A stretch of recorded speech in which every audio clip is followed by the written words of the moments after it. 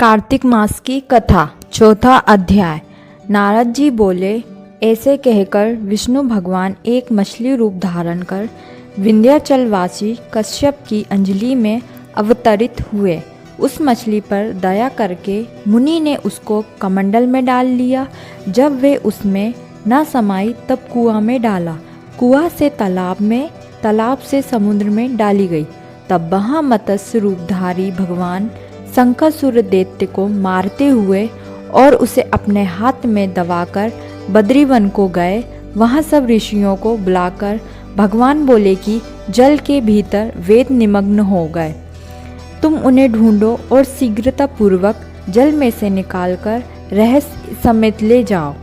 जब तक मैं सब देवताओं समेत प्रयाग में निवास करूँगा।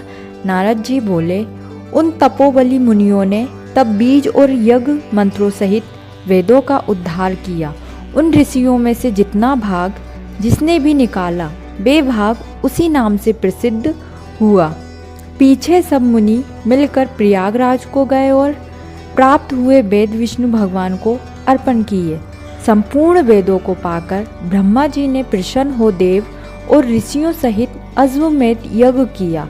यज्ञ के अंत में देवता गंधर्व यक्ष पन्नग गुह्यक पृथ्वी पर दंडवत और प्रार्थना करके बोले, देवादिदेव, ये समय हमारी प्रसन्नता का है। हे रमापते, ब्रह्मा जी ने इस स्थान में नष्ट हुए वेद फिर पाए और हमने यज्ञ के भार प्राप्त किए, इसलिए ये स्थान पृथ्वी पर अत्यंत श्रेष्ठ है। वह पुण्य देने वाला है। ये महीना भी अज्ञान आदि को दूर कर अक्षय फल करने वाला होवे, ऐसा वरदान हमको दीजिए।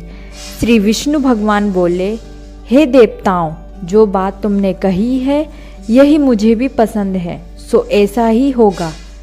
ये ब्रह्म क्षेत्र नाम से सबको सुलभ होगा।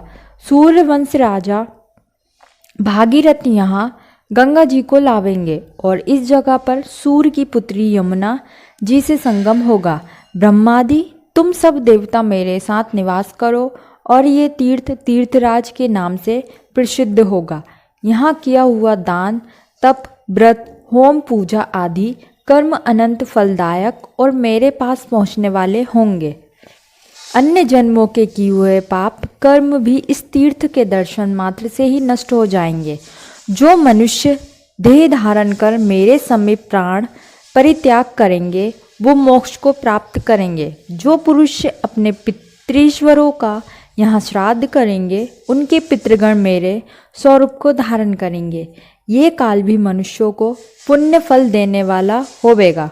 माघ मास में मकर संक्रांति को प्रातःकाल स्नान करने से यहाँ पर संपूर्ण पाप ऐसे नष्ट हो जाते हैं जैसे सूर्य से अंधेरे का नाश हो जाता है। उनको मैं सालोक्य, सामीप्य और सारूप्य इन तीन प्रकार की मुक्ति क्रम से देता हूँ।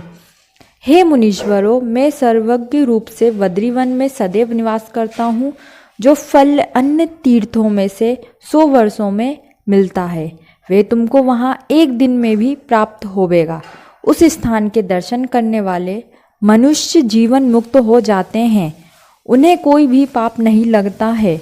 नारद जी बोले, हे प्रभु, देवता लोग ऐसा कहकर ब्रह्मा जी सहित वहीं अंतर्धान हो गए और इंद्रादिक देवता अपने अंशों से वहाँ स्थित रहकर अंतर्ध्यान हो गए।